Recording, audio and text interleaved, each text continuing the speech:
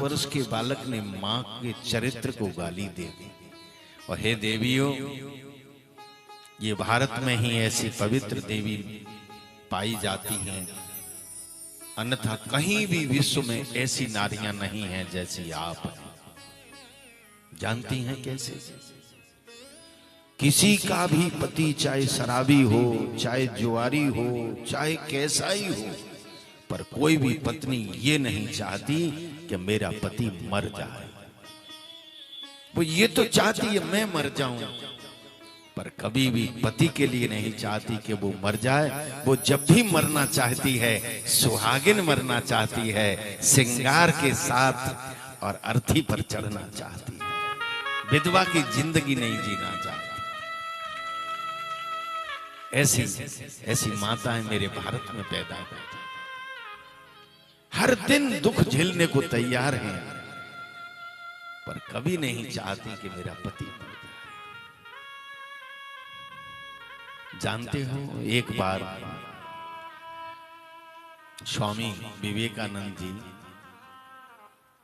और अमेरिका की यात्रा कर रहे थे, तो उन्होंने जून के महीने में देखा कि एक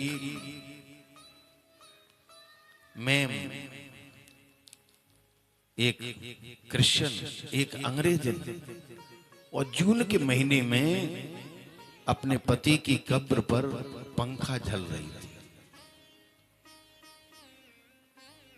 स्वामी जी ने देखा कि हमारे पुराण कहते हैं, हमारे शास्त्र कहते हैं कि ऐसी पति व्रत धर्म को मानने वाली नारी तो केवल भारत में पैदा होती है। ये कैसी है जो अपने पति की मरी हुई कब्र पर जून के महीने में पंखा झल रही है।